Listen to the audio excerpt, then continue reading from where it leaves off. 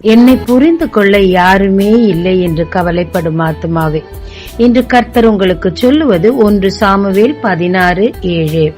மனுஷன் பார்க்கிறபடி நான் பாரேன், மனுஷன் முகத்தை பார்ப்பான், கர்த்தரோ இருதயத்தை பார்க்கிறார். தாவீது தன் தகப்பனாலும் தன் வீட்டாராலும் மிக மிக அற்பமாய் எண்ணப்பட்டார், புறக்கணிக்கப்பட்டார். கடைசி பையன், சின்ன பையன், இவனால என்ன முடியும்? இவன் ஆடு மேய்க்க மட்டும்தான் லாய்க்கு. அண்ணன்கள் ராணுவத்தில் போய் மிகப்பெரிய வீர காரியங்களை செய்வார்கள், அதற்கெல்லாம் இவன் தோதுபட்டே வரமாட்டான் என்ற ஒரு அற்பமான சிந்தை தகப்பனுக்கும் தகப்பன் வீட்டாருக்கும் இருந்தது. யுத்த களத்தில் போய் கோலியாத்தை பற்றி விசாரிக்கும் போது அண்ணன்மார்கள் இவனை கடிந்து கொண்டார்கள். நீ துணிகரம் மிக்கவன் என்று சொல்லி கடிந்து கொண்டார்கள். இவன் எதற்குமே லாயக்கில்லை என்று நினைத்தார்கள்.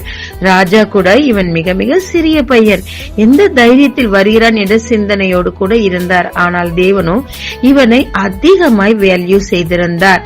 ஏனென்றால் காட்டில் இவர் தனிமையில் இருந்த போதிலும் அவர் தேவனை நோக்கி துதித்துக் கொண்டு நம்பிக்கொண்டு அவர் வல்லமையை பிராக்டிஸ் பண்ணிக்கொண்டு இருந்தார். தன் ஆடுகளுக்காக தன் ஜீவனை கொடுக்க முன் வந்தார். கரடியோடும் சிங்கத்தோடும் யுத்தங்கள் செய்தார். இதை தேவன் பார்த்து வேல்யூ செய்து இந்த நாட்டையும் இந்த மக்களையும் ஆள இவன் மட்டுமே லாயக்கு என்று சொல்லி ராஜாசனத்தில் அமர்த்தினார். இவரும் தன் மக்களை வெகுவாய் அழகாய் நடத்தி சத்துருக்களை நின்று தன் ஜனங்களை பாதுகாத்தார். ஆமாங்க, உலகம் உங்களை அசட்ட பண்ணலாம், உங்க உருவத்தை பார்த்து உருவ கேலி பண்ணலாம், உங்க திறமைய பார்த்து நீங்க எதற்குமே லாயக்கில்லை என்று கூட சொல்லலாம். ஆனால் உங்கள் இருதயத்தில் இருக்கும் பக்தி வைராக்கியத்தையும் உங்களிடத்தில் இருக்கும் உண்மையையும் உங்களுடைய தாளந்துகளையும் உலகம் காணாத, அடையாளம் காணாத உலகத்தின் மத்தியில் தேவன் அதை காண்கிறார்.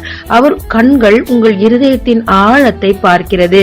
உங்களை பற்றி நன்றாக அறிந்திருக்கிறார். ஏற்ற காலம் வரும், உங்களை அற்பமாய் நினைத்தவர்கள் மத்தியில் உங்கள் இருதயத்தின் ஆழத்தை பார்த்த கர்த்தர் அதை மற்றவர்களையும் பார்க்க வைப்பார். மற்றவர் கண்களுக்கு முன்பாக உங்களை வேல்யூ செய்ய வைப்பார்.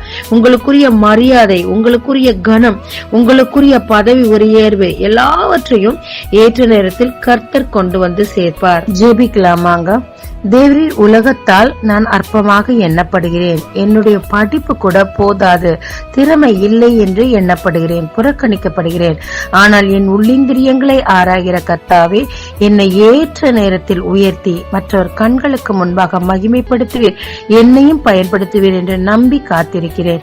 இயேசு மூலம் பிதாவே, ஆமென். இயேசு கிறிஸ்துவின் நாமத்தில் இந்த நாளில் உங்களை ஆசீர்வதிக்கும் ஜீசஸ் விஷன்.